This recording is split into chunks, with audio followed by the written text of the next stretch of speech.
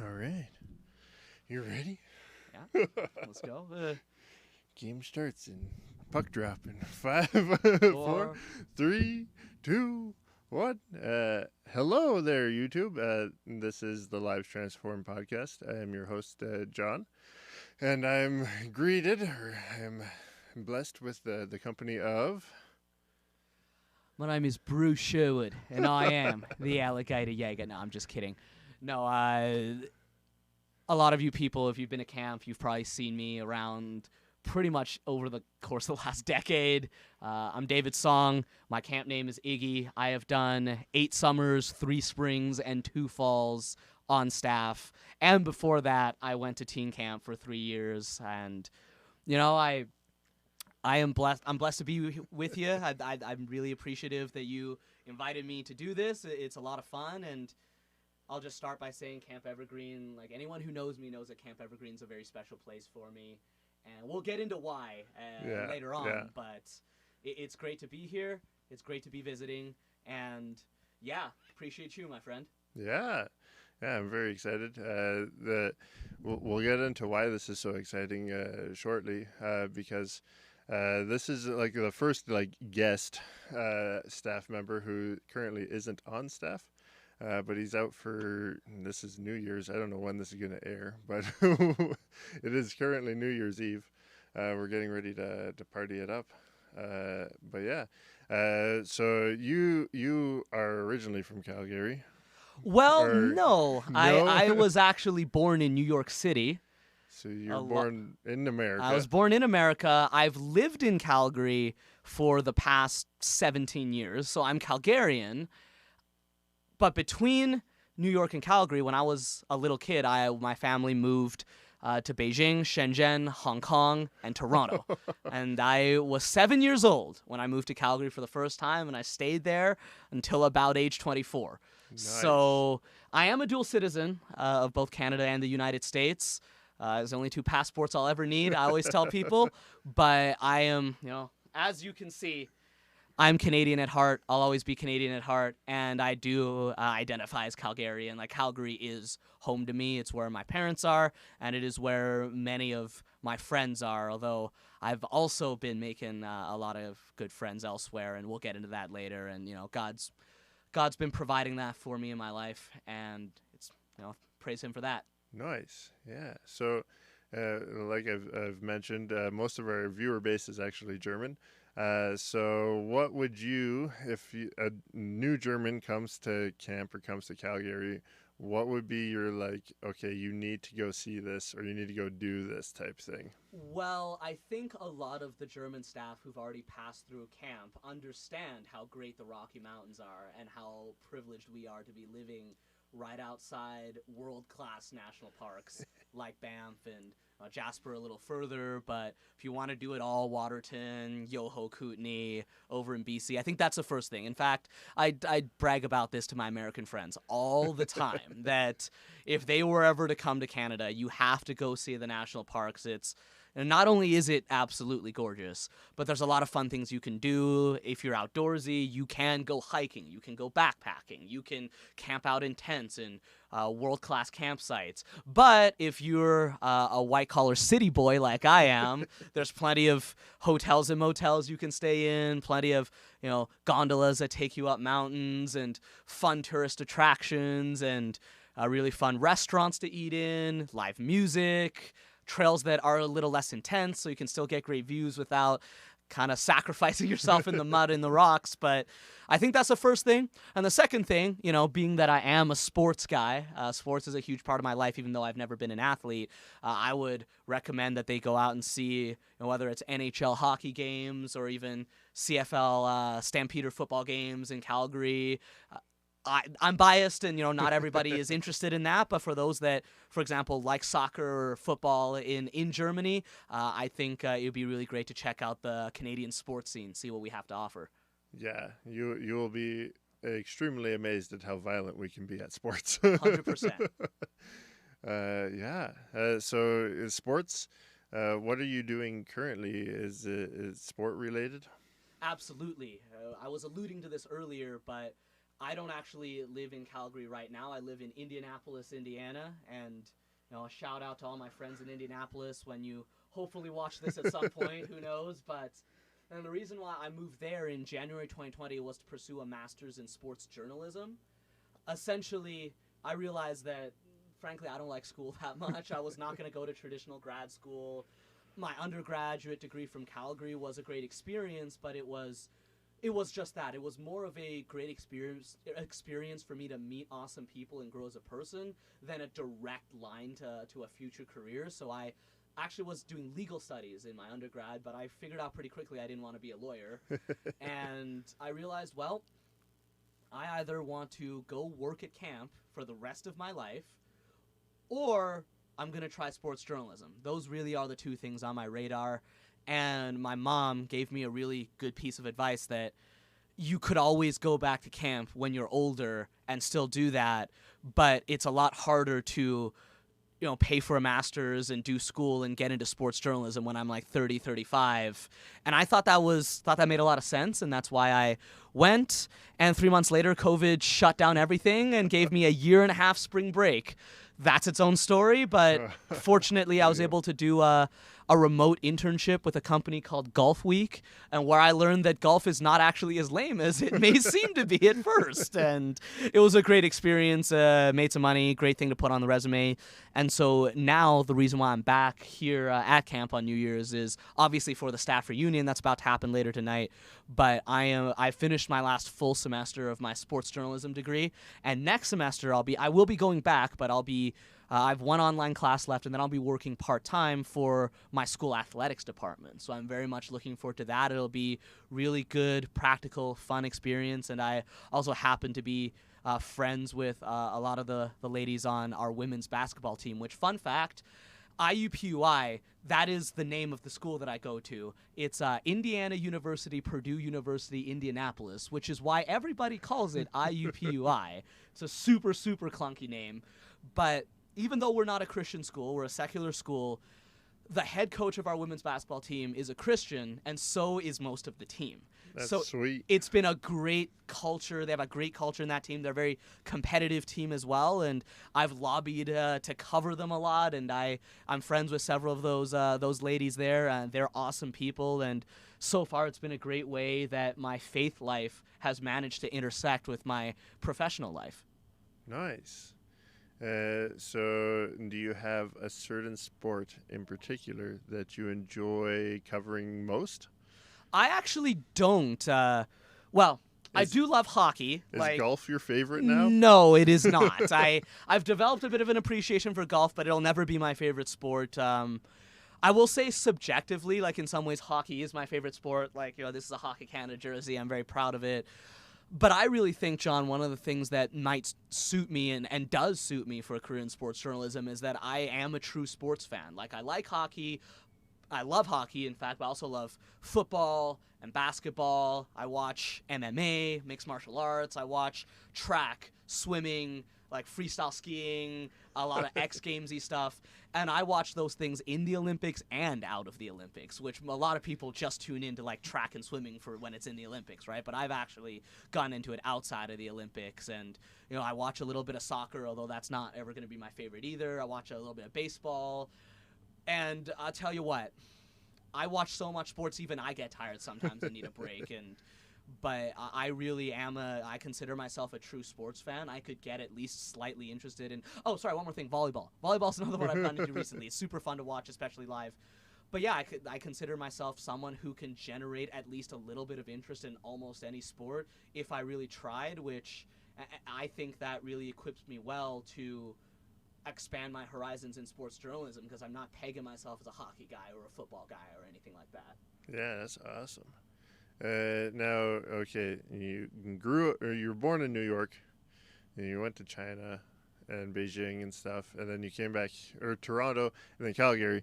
Do you have a favorite hockey team based off of those locations? Well, it's the Calgary Flames, obviously, if we're going the NHL, just because, like I said before, Calgary is home. But the team I like even more is Team Canada. And that's why I'm wearing the jersey. But like I said before, any sport, Team Canada, Again, if my American friends from Indianapolis are still watching this, sorry, but not sorry. Go Team Canada. You know, that's kind of my ride or die, and I'm always excited to root for Canadian athletes. Does Indianapolis have an NHL team? They don't. That's the basketball heartland, my friend. They Yeah. have a team called the Indy Fuel, which is an ECHL, East Coast Hockey League team, which is Oh. one rung beneath the American Hockey League, which feeds into the NHL. So it's essentially the equivalent rather, of Double-A baseball. Okay. Okay. Yeah, I wasn't sure. I always get my locations mixed up. Like I don't. I thought Minnesota was nearby. Like I thought the Wild might be close, but I could be completely I wrong. mean, it's an hour-ish flight. It's not. It's a short flight to Minneapolis, but a longer drive, so it's not super close. Okay. Nice. So you have the wonderful opportunity to have been a camper here and also to work as staff here. First off, which do you prefer, camper or staff? Well, despite the fact that I am currently 25 years of age, going on 26 next month on the 23rd of January, I have to admit, if I got the chance to somehow be a teen camper again, I would do it because I have to be honest, I'm not a huge fan of cleaning. I'm not a huge fan of serving, and maybe we'll talk about this later, but those are really things that I had to learn to do and to learn to do with the right attitude. As a staff member, I'll never love those things, but as a staff member, I've learned to realize I need to be a good teammate. If I really do love camp and I appreciate my friends on staff so much, and if I do believe in the mission here, well, then I gotta act the part, and I gotta be a good teammate. But going back to your original question, I would love to just kind of experience being a guest again, to play all the games and activities and have that familiarity with camp, sure, but also not, it's nice having a break from responsibility. Having said that, one of the most fun things for me as a staff member, as you know, because we've had the privilege of working together a lot over the years, is being first an A-team staff, activity team staff, and later on your right-hand man, and later on the full-fledged fun and games director.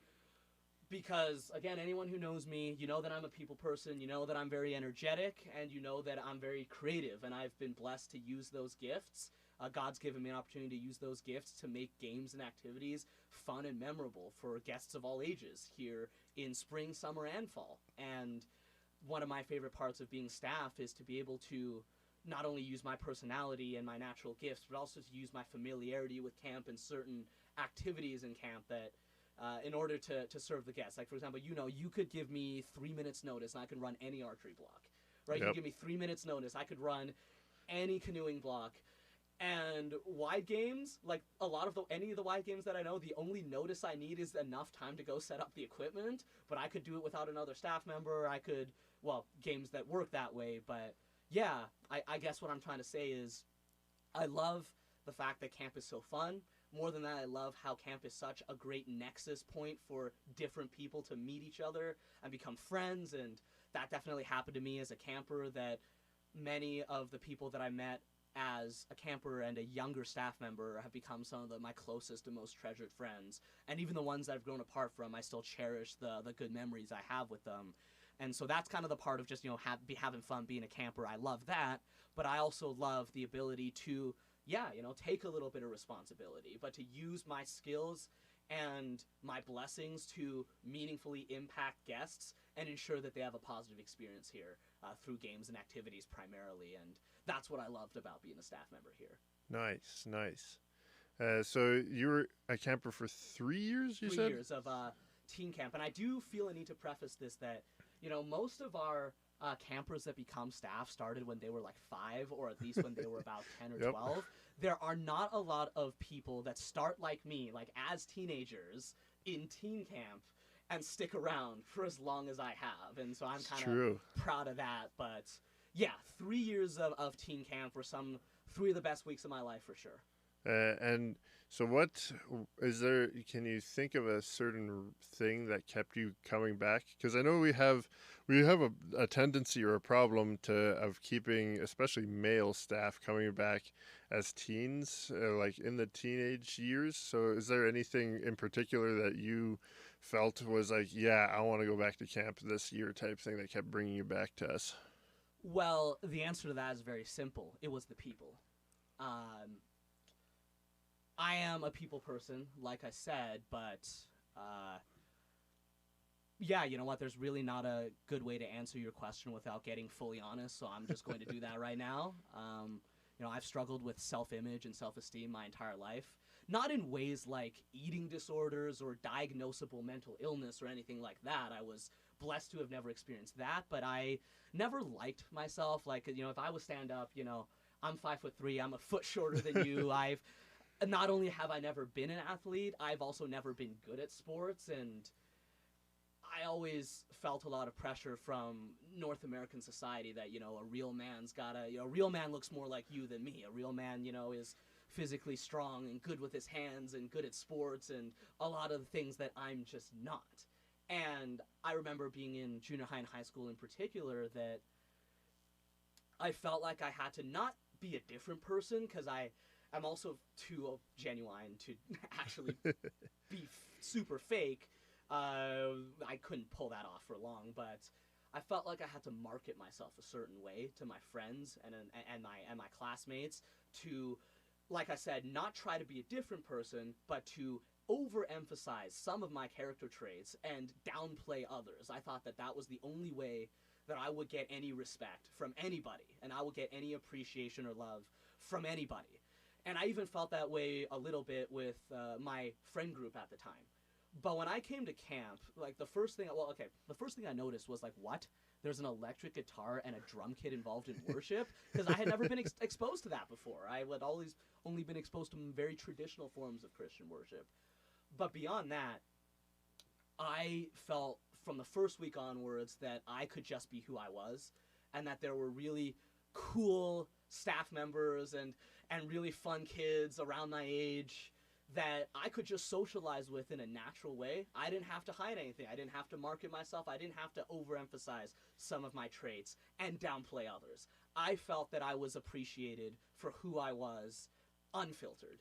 And you definitely played a role in that, like other people, like, Cam Coates, Sunshine, Graham Dirksen, Socrates, like some of the older staff that were very visible during Teen Week activities. As a camper, you think those are like the coolest people you've ever met. Oh, sorry, that was just my watch going off. But yeah, wake up, right? But I think one thing that staff in my teen years did for me, and that I am blessed to have been able to do for other campers, is that those guys that I mentioned, and some of the girls and a lot of the people that we don't have time to get into right now, they genuinely were excited that I was at Camp Evergreen, and they were interested in getting to know me. They were willing to hold conversations about me, or not about me, that seems narcissistic, but with me about various things. And it just felt so natural, and I didn't feel like that I was inferior or weak or that I was less valuable than anybody else. And that really was it. That was also the thing that made me decide to commit to my Christian faith, is because all of these people I just mentioned kept telling me, well, Jesus is the reason why we're like this. Jesus is the reason why we're here and why we behave the way that we do. And that's why I decided in my young adult years, about 15, 16 to about 17, 18, that, hey, I would like to follow Jesus for myself and see what happens. And I would like to come back to Camp Evergreen and become involved with this place for years to come. And thankfully, I was able to do just that. Nice. That's awesome. That's good to hear, too. So now that you've been a staff, you've probably got stories. We've all got stories. Oh, yeah. You bet, sir. Do you have any particularly funny or fun stories that you want to share? Well, I have a lot. And, you can only have time to pick one, so I have to come up with something on the spot, because there truly have been so many fun stories. But you know what? I'll give this one, because it's also kind of heartfelt and kind of fun. But let's go with it, because it's the first thing that came to my mind. This was in 2019. It was, I believe, Ignite 2, which is the second of our junior high camps. Either that or it was Teen Week, but I'm not sure that it was Teen Week. And because of how long I've been here and how I've been fortunate to build connections with campers that have spanned multiple years, that week was no exception. Some of the campers I was just excited to reconnect with, to see them here again. And there were these two girls named Sophie and Mia, who also are Mia at least and her older sister have been to youth at Dalhousie Church. So hello, nice. if you guys ever watch this. Sophie was in, I believe, an Out Trip this past summer. So hello, you watch this. This is a shout out to you, and I think you guys know the story I'm about to tell. So they decided to prank a boys' cabin. They told me, they were very excited. They told me that what they were going to do, I think that it was something along the lines of, we're just going to like mess with their mattresses and like put them in the door so they have a hard time getting out. And I thought about it and I went, well, that's not malicious or destructive. So I'm going to say, sure, why don't you go for it? And they did. And then the boys, predictably enough, were like, oh, we got to get him back, right? Now, I was A-team this summer. I wasn't in that cabin. So I heard a lot of this secondhand, but the cabin leaders of the boys' cabin, that night that the prank took place, their Devo, either that night or the morning after, was about repaying evil for good. And so the boys were inspired in the right way to repay evil with good. And so their revenge prank was they threw a bunch of loose leaf paper and notes into this girl's cabin. But it wasn't just to make a mess. Every single one of those pieces of paper had Bible verses and encouraging notices and little compliments on them. And that was their revenge prank. It was beautiful. But the story's not even over. That's not even the punchline. And so this boy's cabin and this girl's cabin became pretty much best friends for the rest of the week. Like, they would sit at each other's tables for meals. They would swap signs in the dining hall. And I had, Sophie and Mia and also three of the boys from that group in my archery pro skill. And I noticed that they had these bracelets that, a lot of campers make. And the girls were very excited, explaining that these were friendship bracelets that they were making for the boys, and the boys were also making for them. And they were like wearing these together, to show that, that they were literally like a brother and a sister cabin. And at one point, and this was a funny part, one of the boys showed up and he didn't have a bracelet. And I think it was Mia, she asked him, like, hey, why aren't you wearing your bracelet? And, for a split second, I think, oh, maybe he didn't buy in, right, to this. Maybe he's trying to be too cool, or maybe he just didn't care. And instead, this boy goes, oh, I couldn't figure out how to tie it. I'm sorry. And it was incredibly wholesome. And at the end of the week, they were, signing each other's photo cards and swapping contact info like they'd become close friends, really excited to stay in touch. And that's funny because, well, obviously it was pretty funny at times, but it's also heartfelt because, like, John, how many times do you have junior high age boys and girls socializing with each other in such a healthy manner, right? Because most of the time it's either they don't care to socialize with each other, or there are awkward crushes and hormones flying everywhere. Yeah. And so that reason why that story sticks in my head is that it was just very healthy, very wholesome, at an age where a lot of kids are struggling and going through tough times, understandably so. But it showed me that, that camp really is a great place to facilitate these healthy relationships. And I really hope that all the boys and girls in these two cabins, that they'll hold on to that experience they had with their brother cabin or their sister cabin to socialize with other people of the opposite sex better in the future, right? Like, I really hope that that's an experience that they stick with and be like, hey, I can be friends with boys, or I can be friends with girls, and, even if feelings do arise, I can deal with that in a healthy way rather than just letting my hormones just kind of go wild. And it's not easy, but yeah, it was a super inspiring thing. Nice. That's awesome. That's the kind of prank I like, a nice prank, a reverse prank. Yes. That was funny and heartfelt. Do you have any other like heartfelt or like stories of lives transformed, either yours, a camper, and other staff members? Sure, I absolutely do. It's that I got ripped by working out constantly while I was at camp. That's not true. we do, like, you run a lot at camp, and you'd be surprised. you do. Unfortunately, as A-team and Fun and Games, I always took the coward's way out and focused more on operating the game than chasing the kids. I did pass up on my fair share of cardio, and I have to admit that. But yeah, lives transformed. Again, I've never been afraid to share my story, and so I'll explain how my life's been transformed. Yeah, go at for it. camp. And so, like I said before, I had struggled a lot with self-image issues, and it only got worse in college/university because I didn't exactly address it, and it just got worse and worse, and it got to a point where, as you know, that my self-image was like in the toilet, and I was very insecure, and it was starting to negatively impact my relationships with other people. Like, I remember, like, I used to like a girl who also worked here, and my self-image was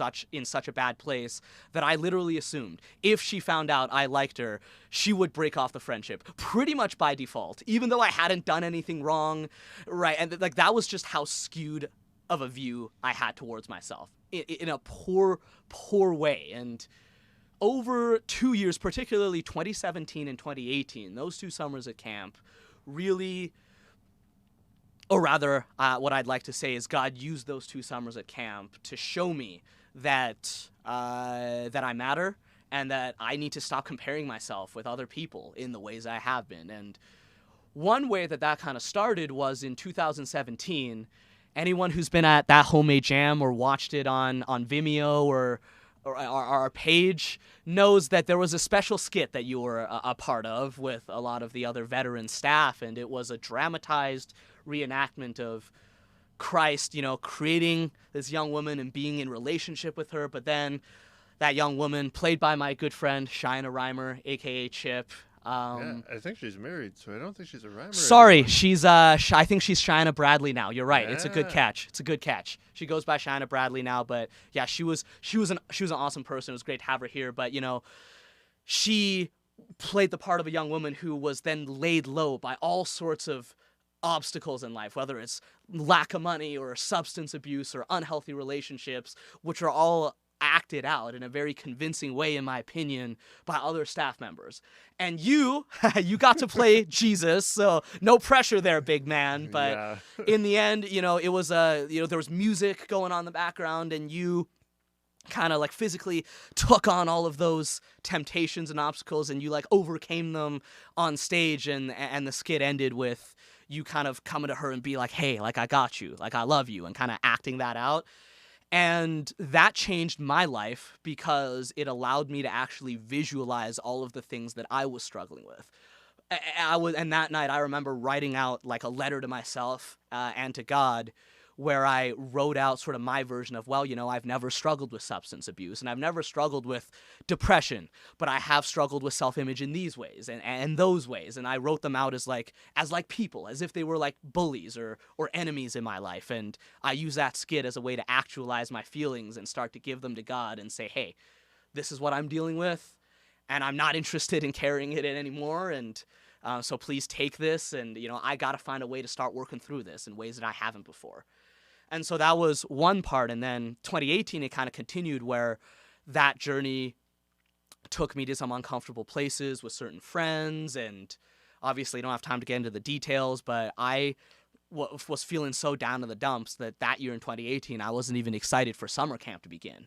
And I realized that was a big red flag and that I needed some serious help. But God used that summer to really strip away distractions from my life. Like, you know what staff clumping is, right? Yep. You know why it's bad, right? Yep. Right? It's because we're not putting the campers first. And I have to admit, I have done my fair share of staff clumping in the past, not because I wasn't interested in hanging out with the kids, but because I'm an extrovert and I also love my friends on staff. But Yeah. that year, because I was struggling socially here at camp and I was dealing with so many issues, and I was like, you know what, there are people here on staff that I don't want to hang out with them right now. I struggle to be around them right now. God used that to really say, okay, you focus on the kids then. And that was what I was able to do. And as it turned out, I didn't even miss socializing with my friends on staff. Even though I like those of whom who were still my friends, I love that they were there. But that summer in 2018, I was able to give myself to the kids 100%, when in the past it was maybe like 85%. And not only was that rewarding for its own sake, because, as we know, the guests come first here. That's what we do here in camp ministry. And I really finally understood what that meant that year. And it took a lot of personal struggle for God to get me to that place. But when he remove those distractions from me. And he was like, all right, you know what? You're having trouble socializing here. You know, there's certain people that are just, you know, you're not getting along with them and things are going poorly. Fine. Don't think about them. Think about the kids and think about me and just focus on that. But the other thing that lesson really taught me was the campers here don't care how tall I am, and they don't care how good I am at sports. They don't care if I'm athletic or if I have or lack any specific skills or abilities. What they do care about, by and large, is the fact that I put effort into hanging out with them. I put effort into getting to know them, and I tried my best to make games and activities and their time at camp as fun as possible. And I realized that, you know, this is a reason why I should stop comparing myself to other people in the ways that I have been, because here at camp, we strive to live out God's principles and we strive to be like the kingdom of God. And I realized that once all these campers, including, you know, like a lot of the older high school campers who are like more talented than me or like, oh, maybe too cool for school sometimes, still I was able to really bond with a lot of them. And I could sense that they appreciated the effort that I was putting in to helping them have a fun and meaningful, I will use the word meaningful, week at camp. And that was really the year that I broke through and kind of climbed that mountain. And I came out of summer 2018, first of all, having rediscovered my love of summer camp, but more importantly, having discovered for the first time a genuine belief that God's got my back in life and that I am able to, as I've said on other camp videos and stuff before, I'm now able to celebrate the strengths of others without putting myself down in the same breath. And frankly, without that, there's no way I would have succeeded in Indianapolis on my own. But because God had helped me mature in that way and gain that self-confidence of knowing God's got my back and that I have value and that my skills have value, and like it's okay if I'm not as good at a bunch of things as other people. I can celebrate them and support them, but I still have my own role to play in this world. That was what allowed me to then take on a new set of challenges in life, which was, hi, you need to do your own laundry and plan to get your own groceries, right, and be on your own without your parents. So I know that was kind of long-winded, but I only said it because it was meaningful to me, and I felt like leaving out any of it would have left the folks with an incomplete story. But that is, you know, hopefully, you know, if you guys are listening out there somewhere, you understand why camp is meaningful to me, maybe in ways that you didn't even understand before, because God has really used this place to transform me into a more mature person and a more confident person. Yeah, it's been real sweet seeing you through the years, like just the way you've grown in like your faith and the way you interact with people and stuff. It is so cool. I think you have one of the coolest transformation periods here at camp, and I am super honored to be a part of that as well. Yeah, but you also. You're a fantastic writer. Thank you. Unlike myself, like I feel like we could flip this around as like, yeah, I'm a little bit sportier than you, but my goodness, you make anything I write look like a fourth grader. So like, because you have multiple camp like fan fictions, right? Yeah. So essentially, it's not just fan fictions. It's kind of my own Marvel Cinematic Universe at this point, but it's like the evergreen fictional universe, and it's just another way that I was able to use my creativity and my talents to show my friends and the people at camp that I appreciate them and have a lot of fun along the way. And you know, there's a few people out there who have read / do read these stories, and you know, it's just another way that God has enabled us to come together and bond over something really positive and fun. Yeah, his stories, they're fantastic. Because right after college, I was like all done with reading. College made me read so much that I was like, yeah, I don't want to read anymore. And then all of a sudden I get like, David's like, here, I wrote this. I'm like, okay, I'll kind of read through it. And then like, I'm half an hour in. I'm like, my goodness, this is amazing. Well, listen, dude, I know for a fact that you haven't even finished True. the series as it is to its current point, and you've been in that place for 3 or 4 years, so get on it. But I know. jokes aside, I really appreciate you giving me that shout out, and I don't know. They say the pen is mightier than the sword, but I think the beauty of the kingdom of God is you need both. Yeah. Right, and God equips different people with different skills, and it's through the teamwork, like it says in Ecclesiastes.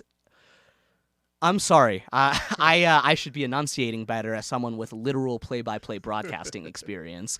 I just love talking about camp, and so I get excited easily. But what I was gonna say is, in the book of Ecclesiastes, it's written, a cord of 3 strands is not easily broken, and what that means, I think, is that people working together, coming together under God, and committing to supporting one another and working as a team, which we get to practice at camp every day, that's when you accomplish the truly meaningful things, and that's when you're able to truly help each other through the toughest things in life, right? Yeah, for sure. Because even if you think about the Bible, like Jesus did all these amazing things, but if no one was writing it down or recording any of it, we wouldn't have known. Type thing. So you need all those things to happen. And not only that, but it's also cool that Jesus chose to use people, right? He certainly didn't need us. Yeah, but he could have written a great book, but I'm sure. Yeah, that's awesome. That's so sweet. Do you have a favorite game? Oh boy. Here at Camp Evergreen. All right. So this answer has 2 parts to it because I have a favorite game, and then I have a favorite experience that you're very familiar with. So my favorite game, I'll have to qualify because I like a lot of games here. Yeah. But Jug and Jog is just very classic, right? It's simple, it's easy to have fun in, although maybe less so if you don't like to run. And, we've had our fair share of staff who don't like to run, and that's okay, and our fair share of campers and guests who don't like to run. But I think Jug and Jog is one of my favorites in the sense that it's very simple and classic. Yeah. But I really like the various games we've played out for Teen Week, and some of them I made where they've gone by different names. Battle of 5 Armies, 5 Nations, Operation Animal Rescue. This year it was Starfleet Command because I rebranded it. But games where staff play different roles and they kind of have different powers, and the players have to go either tag them or pull their flags and bring them in for points. And when you get to something like 5 Armies or 5 Nations, it's like there are control points you have to hold, and it's this great big 5-way battle where the campers are running around pulling each other's tags at night and running away and screaming. And I really like the games that kind of are a little bit more elaborate and they really work well with large groups. The experience I'm talking about is Bible Smugglers, hint, hint, hint. Yes.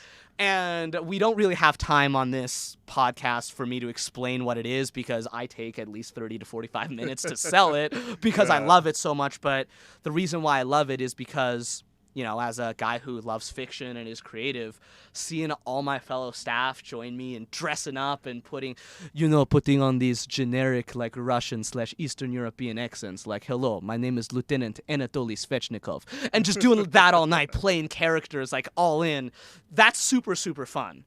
But even more importantly, the campers that come through or the youth kids that come through, they get to think about what it's like in countries where being a Christian's illegal and practicing religion in any meaningful way is illegal. And I know that's why you've said we don't do Bible Smugglers every year for a reason. You don't want it to become just a big game that everybody looks forward to. You want it to be a thing that, it's cinematic. It takes place at night. There's dressed up staff members as like soldiers and missionaries and stealthing through the woods with flashlights when it's dark. That's all. It always puts me in a certain mood of like, oh wow, this is so awesome and this is so cool. But more importantly, it's something that hopefully provokes thought in a lot of the kids and even the adults that have played it, and that's why I love it. Yeah. Bible Smugglers definitely. It is an experience. It's not a game. You need to we could tell so many stories and explain it, but if you don't experience it, it's just not the same. No, it's really not. Yeah. Do you have do you have a least favorite game? Well, geez, I kind of do. Although, if I'm being honest, it's not really a game we do for guests. It's called team building that we do during staff training. And listen, there are multiple exercises that we do for staff training. Some of them I find a little bit more fun. There are others, like the one we did this summer, where it's the transfer the cup and the water, but the cup can't leave your head, so like 6'2" people are bending down to pour water into the cups on the tops of the heads of 5'2" people like myself, and it's such a long slog to the top of that darn climbing wall that I understand that there's a moral behind it, but man, it is such a grind. Yep. The only reason we did it is because I went to Walmart the day before and I saw some kids' versions of it for like hard hats with cups. I'm like, oh, I remember doing that. We're going to do that with the staff. Well, I appreciate your cruelty, John. I really do. Yeah. I know I definitely have some games. Most of the games are games that I've created and I've played and been like, yeah, no, this is a horrible idea. What was I thinking? Well, I mean, I do remember there was also a couple games that the rules just weren't particularly thought out. You ran one of them, and Yeah. I remember there was one game where we tried to play where it was a tagging game, but there were no defined boundaries, and so it's like, but if I tag you here, are you out or am I out? Yeah. And that was something we had to figure out later. Yeah. Oh.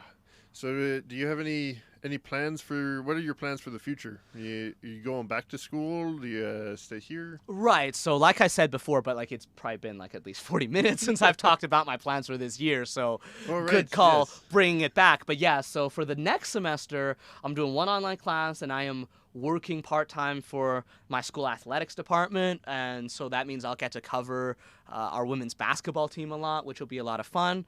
I'll also have opportunities to do more play-by-play and color commentary on the radio, which will be super fun as well. And Is that online as well? Like if people on the other side of this here camera wants to listen to you talking about sports. yeah, it actually is. I believe it's run through essentially an internet radio platform through the IUPUI Sports website. And now, I can't say if anything's changed since the last time I did it, but the last time I did it, yeah, you could click a link next to the game of the day, and you could click listen, and it would take you to this web radio player where it's an audio-only live stream of me and my partner, and sometimes it was other people commentating the game, just like if you were to turn on your radio and tune to a certain frequency. And also, I almost forgot, one other thing that I've done is that my good friend Tyson Workington and I have started a sports podcast called The Draft Board, and we're actually into our second season. We're on Spotify, we're on iTunes. Nice. I'm going to briefly and shamelessly plug that, but more to your question, it's just another thing. That one's just for fun. It's not a job. We're not making money, but it's another fun way that I've been able to engage with sports and use my gifts and really get into it with a really close friend of mine who's also a believer. So yeah, there is a way to listen. Again, I can't say the details of what my job will be because it will probably change week to week, but there'll definitely be opportunities for me to call some games, which I'm really looking forward to. Now, beyond that, next May is commencement when I officially graduate. And guess what? I have nothing beyond that. It's quite undefined right now. Fantastic. Yeah, and so I will say the chances of me coming back to camp yet again in the summer of 2022 are currently not zero. Because even though I've done this so much, and I do like sports journalism, and I am going to give sports journalism an honest shot, the frank truth is God works here. And even though I'm not going to get rich here, and I'm not going to establish myself in kind of a quote-unquote proper career or an illustrious career here, there's still a part of me that realizes, I felt a lot of genuine joy and fulfillment during all, my 8 years straight working at camp. But more important than my personal joy is the knowledge that I'm doing God's work here. That obviously there's lots of ways to do God's work. But here at camp, I've gotten to positively impact the lives of many guests by doing everything from just helping them have a positive experience to actually building relationships with, like I said, campers who become staff, or other staff that become trusted friends and confidants of mine, or even, people like Boss Man Lane, who is kind of like a mentor and a guy that I would work for any day of the week because I respect him. I respect his faith. I respect the way that he treats the staff fairly, but that he also holds us accountable when we make mistakes and need to do better next time. And, but yeah, again, I'm going to get really personal for at least the third time on this here episode, but one thing I've realized is that even though sports is awesome, there are a lot of bad or unfortunate things with it as well. And, we can save the talk about, corruption and player safety and politics and social justice for a different podcast. But even as a Christian, I realize now as an adult that, there are a lot of people you look up to, but you realize the old phrase, never meet your heroes, is unfortunately accurate. You realize that pro athletes are just people, and even though they have great platforms that they could be using for good, some of them don't. And, amazingly talented journalists and editors and broadcasters who could use their platform to do a whole lot. Instead, they just kind of feed into this entertainment machine. Yeah. And we understand that's what professional sports is. It is entertainment. This would not be a viable career path if people didn't want to pay and people didn't want to turn on the TV and cheer on their favorite teams. But, I've been thinking about this, John, all year, and I'm going to keep thinking about it probably over the course of the foreseeable future. Part of sports journalism is being a cog in an entertainment machine that helps rich people get richer. And I don't believe God put me on earth to do that, nor do I have any interest in doing that. However, part of sports journalism is also meeting great people and using your platform and your skills to tell stories that need and deserve to be told. And I think that's the part that would honor God. That's a part that would honor people. And that's the part that would really, bring a lot more good into this world, as opposed to LeBron James got a triple-double the other night, but what did he think of the ending of Squid Game? Yeah. You know what I'm saying? Like, and so to kind of go back to your question, I like sports journalism a lot. I've been blessed with initial success in this field, and also I've been at camp long enough, and I have literally done everything I've ever wanted to do here more than once. I do understand, look, there is value in going out of your comfort zone, right? Sometimes God wants you to go out of your comfort zone, to meet new people and to do new things that are meaningful. And I've certainly gotten a good taste of that so far. But at the same time, I can't predict how sports journalism is going to go for me. And like I said, I don't want to be stuck in a job that I don't find meaningful. I don't want to be stuck consistently reporting on things that I believe are negative or things that I think don't bring any value to people's lives. I'm not saying I'm going to be a prima donna about my assignments. Like, generally speaking, I will take what the editor gives me, just like at camp, that if I have to do the dishes, I may not like it, but I'm going to do it because it's part of the gig, right? And it's important that you are a good teammate. But frankly, John, there is the chance is not zero that even that somewhere down the line I might choose to come back here and become full-time, semi-permanent or permanent staff, because I just want to make sure that I am always plugged into a healthy Christian community that can point me towards God and point me towards the principles that are worth living by. I want to make sure that what I end up doing as my profession or my career, whatever you want to call it, it's something that honors God and positively impacts people in ways that are actually meaningful, as opposed to, fast food style entertainment.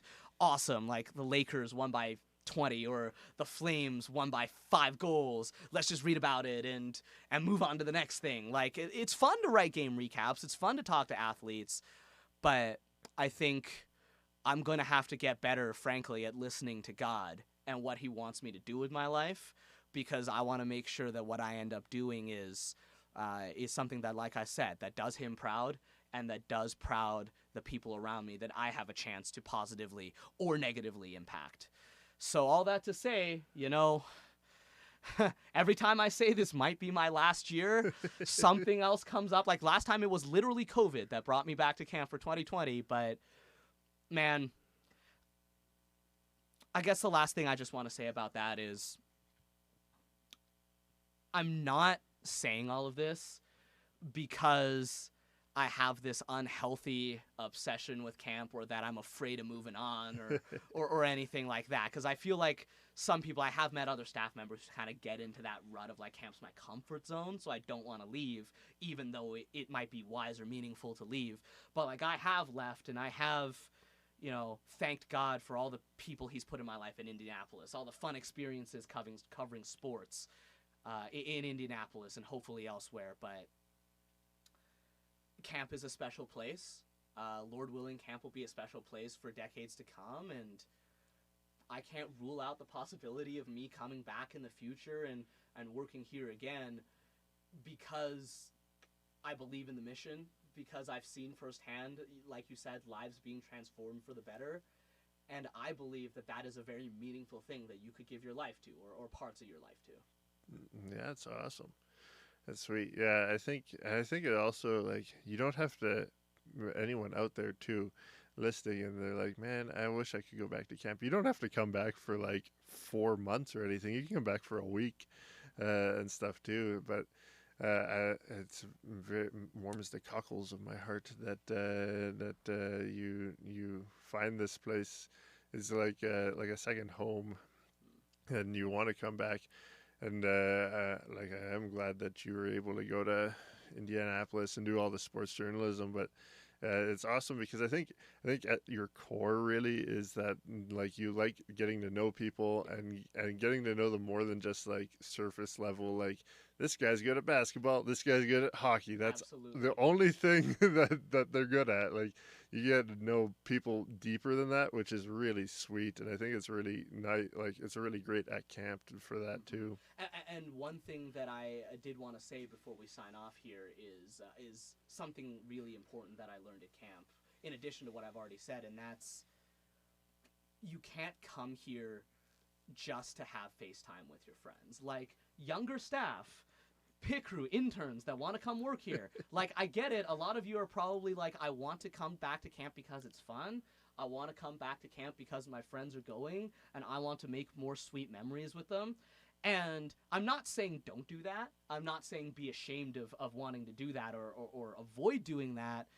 But one thing I am going to tell you right now is that when Courtney and John and Lane and they talk about putting the guests first, what they're trying to tell you is not don't be friends. It's not don't have fun. It's not be permanently self-sacrificing and never allow yourself to unwind. That's definitely not what camp is. And we've all made amazing memories at camp while serving the guests, right, with each other. But one thing I really learned is that what makes camp special is not the specific people here that are here at any one time. Rather, I've been here for literally 8 years in a row. I have seen myself go from first-year staff member who like looked up to you and Sunshine and Kellogg's and all those people to now I have become that guy in the eyes of many. And all the people that I have mentioned have since moved on.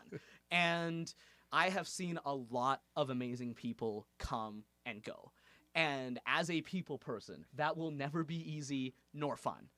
But one thing that I've realized, and like I said, that summer in 2018 really drove this point home for me, is the people here are great, but if you don't bring the right attitude into camp, if you don't bring that attitude of, hey, I want to come here not just to have fun, but to serve people and to positively impact other people, whether it's guests or other staff, then you are going to miss the point.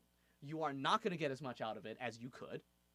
And conversely, if you are going to realize that, hey, not every day at camp is going to be a good day. That's super important. Like my first year, my second year at camp, I romanticized the heck out of this place. I was like, camp is like better than Disney World. It's a magical place. It's perfect.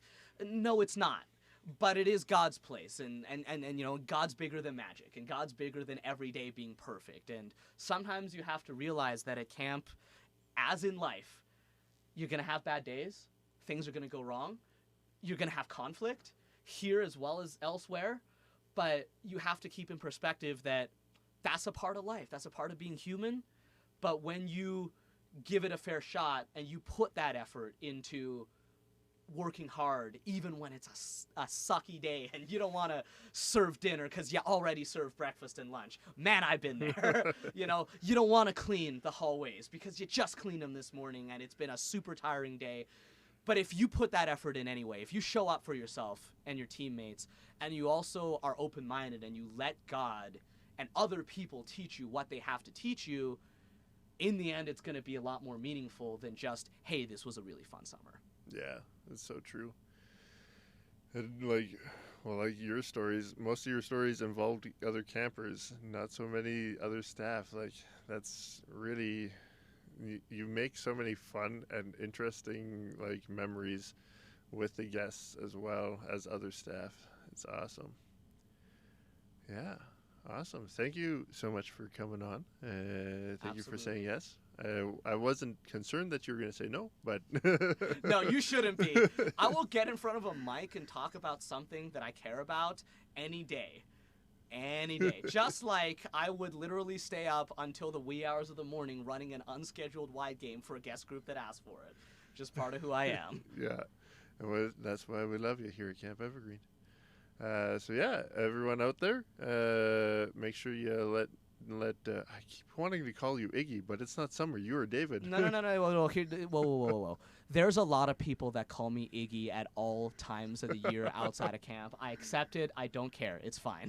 Guys, let Iggy/David know that you like him and you appreciate him. Hit that like button at the video to let him know that. Subscribe while you're down there. Man, I hate doing these plug things, but you got to do it. It's the cogs. Yeah, thank you for watching, and we'll see you guys later.